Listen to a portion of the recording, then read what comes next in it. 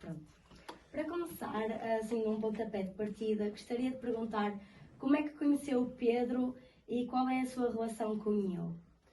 Eu conheci o Pedro em 1988, quase 89, quando eu fui trabalhar para a Antena 1 e ele já estava na Rádio Renascença. E nessa altura, como éramos dois jovens entre uma geração que já tinha muitos anos de atividade muito robusta, e aqui no Porto, éramos poucos, os mais velhos, que eram aqueles que nós conhecíamos e que faziam rádio, também eram muito poucos. E, portanto, nós éramos dois dos 3 ou 4 jovens, ele primeiro do que eu. Aliás, eu acho que ele até primeiro do que toda a gente da minha geração. Tinha chegado à Renascença. E pronto, e começamos a encontrar-nos por aí, nos estádios, nos locais onde trabalhávamos. E foi aí que nos conhecemos. Pouco tempo depois, 2 anos depois mais ou menos, eu fui colaborar com a RTP. Estava na Antena 1, fui colaborar com a RTP. O Pedro Azevedo já colaborava com a RTP nessa altura.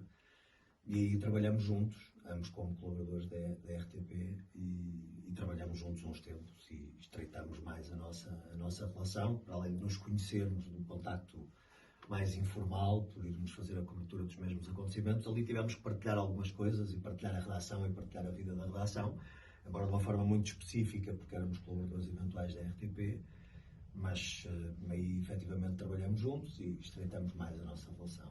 Uhum. E pode-nos falar um pouco sobre a dinâmica do Pedro quando está a trabalhar? Posso, porque das primeiras coisas que eu retive do Pedro é que ele era uma pessoa com uma energia muito grande, com uma organização muito grande, com uma metodologia de trabalho estabelecida e muito eficaz, que conseguia organizar-se no tempo em que, de facto, éramos muito poucos e poucos tínhamos que produzir muita informação. Ele tinha uma energia, uma agenda, uma disciplina de contactos muito grande. Aliás, recordo-me até de ter ouvido uma expressão dele que me ajudou, porque no fundo nós, ao partilharmos experiências, vamos enriquecendo. Éramos os dois muito jovens, ele um bocadinho mais pouco, mas um bocadinho mais velho e com mais experiência já na altura. E retive uma coisa que ele me disse que fazia, que foi para mim um ensinamento. Ele disse-me: pá, recordo-me de me ter dito isto, tu não fazes ideia do número de chamadas telefónicas que eu faço de manhã quando começo a trabalhar. Ele tinha uma agenda e contou-me ele na altura, todos os dias de manhã quando chegava ao trabalho e antes de começar a olhar para as coisas do dia e começar a selecionar notícias e começar a escolher entre aquelas que eram as notícias do dia, quais é que seriam tratadas na Renascença, que ele fazia uma passagem por todos os clubes, instituições linkadas pelo futebol, pontos de contacto e pessoas de contacto que eles tinham e ele cultivava todos os dias. E, portanto, aquele ciclo de trabalho dele era muito interessante. Eu lembro-me dele partilhar isto comigo, que chegava à Renascença e começava a fazer chamadas telefónicas. E então os clubes eram quase todos no Norte, já na altura como são hoje. E como ele tratava toda essa informação, ele de manhã começava a ligar a cada um dos contactos que tinha em cada um dos clubes, às respectivas associações e todos os pontos de onde podiam sair notícias.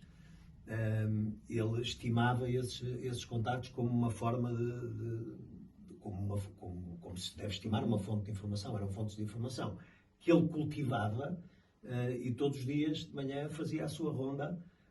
E aquilo dava-lhe, de facto, uma riqueza no acesso à informação mais fresca, que ele depois selecionava muito bem e trabalhava, e era de facto uma prova de uma dinâmica muito grande.